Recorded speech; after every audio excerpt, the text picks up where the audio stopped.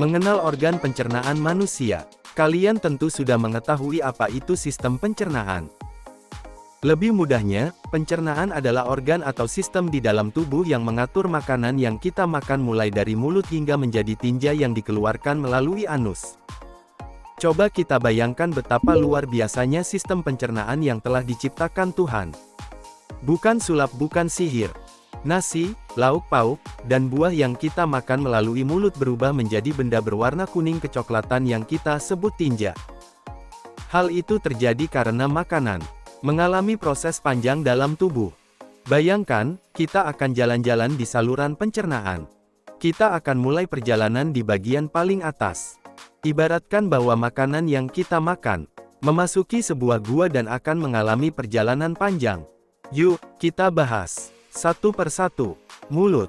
Kita mulai dengan berdoa dan masukkan makanan melalui bibir. Kemudian, makanan ditangkap gigi dan lidah. Selanjutnya, kunyah makanan sambil menikmatinya.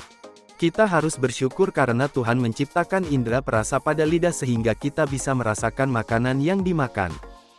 Sebelum makanan kita telan, sebaiknya makanan dikunyah sebanyak 32 kali. Kerongkongan. Saat ditelan, makanan masuk ke kerongkongan dan didorong hingga masuk ke dalam lambung. Makanan dapat terdorong ke lambung karena adanya gerakan dari kerongkongan yang disebut gerak peristaltik. Lambung. Lambung terletak pada bagian perut tepat di bawah dada kita. Tugasnya, menghancurkan makanan yang kita makan. Di dalam lambung ada enzim yang menghancurkan karbohidrat, protein, dan lemak yang ada di dalam makanan. Ada juga asam lambung yang dapat membunuh kuman dan bakteri yang ikut di dalam makanan. Setelah dihancurkan, makanan akan berbentuk bubur atau pasta. Usus halus. Kemudian bubur makanan masuk ke dalam usus halus. Makanan akan melewati 3 bagian usus halus, yaitu usus 12 jari, duodenum, jejunum, dan ilem. Di dalam usus halus, terjadi penyerapan sari makanan untuk diedarkan ke seluruh tubuh. Sari makanan akan diubah menjadi energi dan kebutuhan lain di tubuh kita. Rektum. Sisa makanan yang tidak diserap oleh usus halus akan menuju ke usus besar. Di dalam usus besar, sebagian besar air akan diserap sehingga yang tersisa hanyalah ampas atau sisa makanan yang tidak dapat diolah lagi. Ampas makanan ini disebut tinja atau feses. Anus.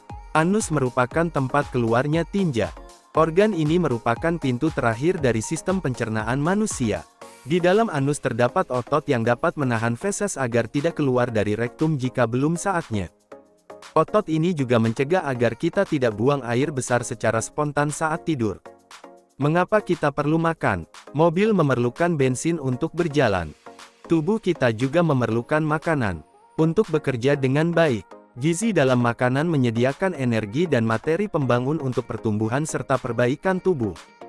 Sejak lahir hingga akhir masa remaja nanti, kita terus bertumbuh dan tentu membutuhkan berbagai jenis gizi. Gizi dalam makanan mempunyai peran berbeda dalam proses pertumbuhan.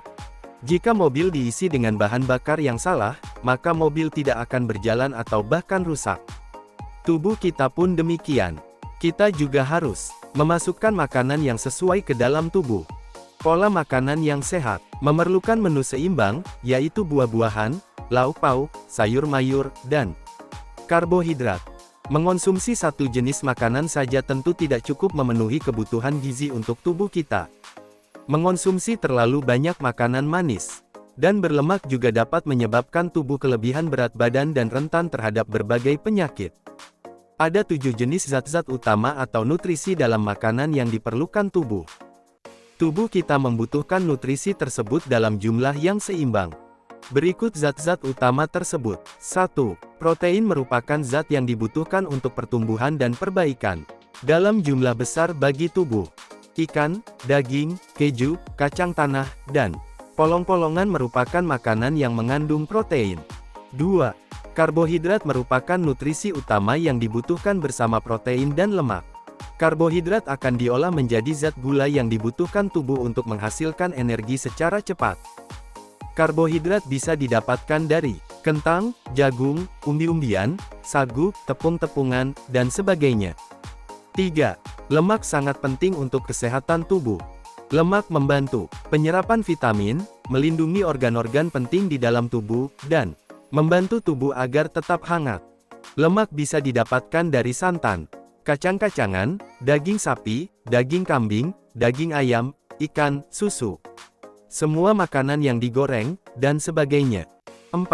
Vitamin membantu tubuh melawan kuman penyakit dan diperlukan untuk menunjang kinerja tubuh. Pada umumnya, vitamin berasal dari buah-buahan dan sayur-sayuran. 5. Mineral diperlukan untuk kesehatan tulang dan gigi serta darah. Mineral berasal dari buah-buahan dan sayuran. Makanan lain, seperti susu, menyediakan kalsium untuk kesehatan tulang.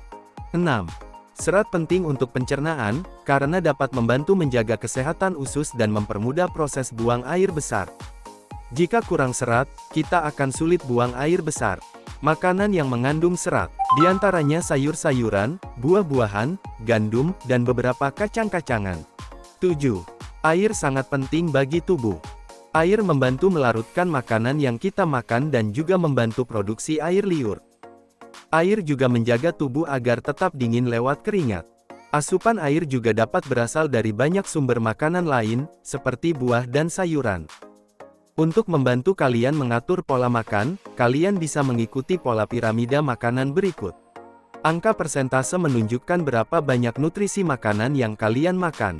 Dari 100% makanan yang kalian makan, sebaiknya 40% makanan merupakan sumber karbohidrat, seperti nasi, roti, sereal.